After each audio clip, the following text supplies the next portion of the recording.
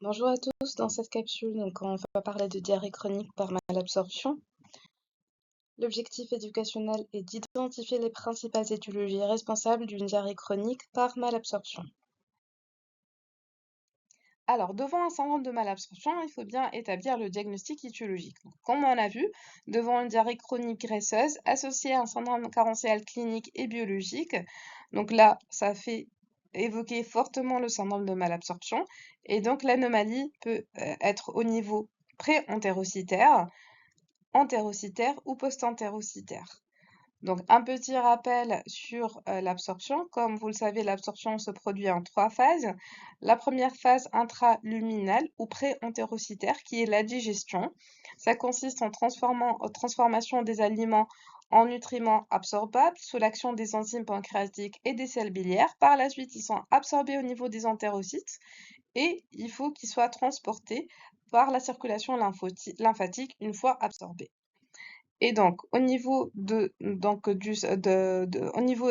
pour les étiologies de la diarrhée par malabsorption, tout d'abord en pré-entérocytaire, la maldigestion, elle peut se produire en cas d'insuffisance pancréatique exocrine, d'un déficit en sels biliaires et de colonisation bactérienne chronique du GREL. On commence par l'insuffisance pancréatique. En tête de liste, c'est la pancréatite chronique. Le terrain est assez évocateur. Un patient de la cinquantaine, intoxication alcoolo-tabagique chronique, des épigastralgies chroniques, transfixantes, des antécédents de pancréatite aiguë. Chez les sujets jeunes, c'est plutôt un contexte d'infection respiratoire à répétition en faveur d'une mucoviscidose. Le diagnostic repose sur le dosage de l'élastase fécale associé à un scanner abdominal qui va montrer, comme vous le voyez ici, des calcifications au niveau du pancréas. On peut aussi, une des étiologies des insuffisances pancréatiques, retrouver une chirurgie de résection pancréatique. Et donc par défaut de sécrétion pancréatique, on va avoir une insuffisance pancréatique ou certaines tumeurs pancréatiques qui sont très étendues, notamment un adénocarcinome du pancréas qui va aussi aboutir à une insuffisance pancréatique exocrine et une diarrhée par maldigestion. Deuxième étiologie par maldigestion, c'est les déficits en sels biliaires qui sont le plus souvent secondaires à une cholestase, attestée par une augmentation sur le plan biologique de la phosphatase alcaline et des gamma-GT. Et le premier examen à réaliser, c'est bien sûr l'échographie abdominale pour voir s'il existe ou pas une dilatation des voies biliaires intrahépatiques. Et il peut s'agir d'une cholestase, soit une extrahépatique par obstruction biliaire, ou bien une cholestase intrahépatique au niveau des hépatocytes. Troisième étiologie, donc pourvoyeuse d'une diarrhée par malabsorption, par maldigestion, c'est la colonisation bactérienne chronique du GREL. Elle peut être secondaire à plusieurs causes, notamment une sténose digestive, quelle que soit son étiologie, inflammatoire, tumorale, des troubles neurogènes avec une pseudo-obstruction primitive ou secondaire, notamment les maladies de système telles que la sclérodermie et le diabète.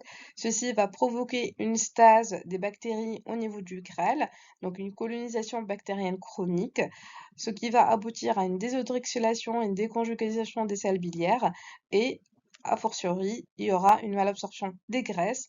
Donc, on va avoir sur le plan clinique, bien sûr, une stéatorée avec donc une malabsorption des vitamines liposolubles, notamment A, D, E et K. Le diagnostic repose, comme on l'a vu tout à l'heure, sur le test respiratoire de l'hydrogène au glucose qui va donc attester la présence d'une colonisation bactérienne chronique du GREL. Donc passons maintenant à la phase entérocytaire.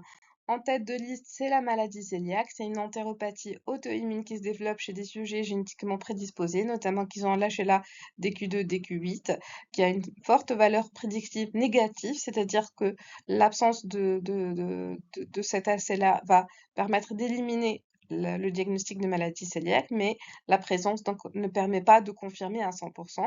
Les formes typiques sont assez rares, donc les formes avec diarrhée graisseuse, un syndrome carentiel clinique et biologique. On voit plutôt des formes polysymptomatiques qui est le tableau le plus fréquent. Le diagnostic repose sur le couple endoscopie avec biopsie duodénale et sérologie. Sur le plan sérologique, on va demander en première intention les anticorps anti-transglutaminase IgA avec dosage pondéral des immunoglobulines IgA. En cas de déficit en IgA, on va demander les antitransglutaminases de type IgG. On peut s'aider aussi d'autres anticorps, notamment les anticorps anti-endométrium. Sur le plan endoscopique, on trouve un aspect en mosaïque de la muqueuse duodénale, une diminution de la hauteur des plis, un aspect fissuré, crémier des plis. Sur le plan histologique, on trouve une atrophie villositaire subtotale ou totale, une augmentation des lymphocytes intraépithéliaux, une hyperplasie des cryptes et un infiltrat inflammatoire lymphoplasmocytaire. Deuxième cause de malabsorption intestinale au niveau entérocytaire, c'est la giardiase, qui est une parasiteuse. Donc, toutes les parasiteuses peuvent induire une malabsorption.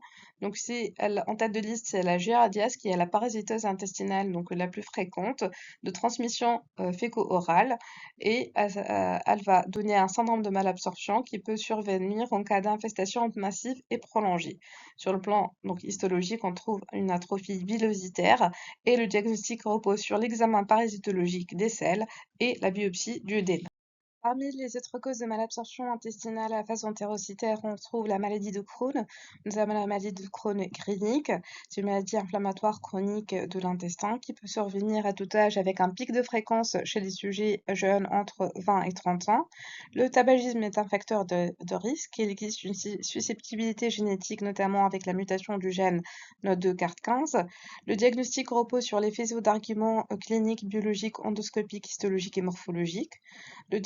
Sur le plan examen complémentaire, on réalisera en première intention donc l'héliocoloscopie avec biopsie, l'endoscopie gastro-duodénale, un entéroscan ou IRM pour étudier pour une cartographie des lésions et étudier l'étendue de la maladie, et la calprotectine fécale, ce qui, en cas d'augmentation, donc est en faveur d'une maladie inflammatoire chronique de l'intestin. La malabsorption donc signe une atteinte étendue du grêle.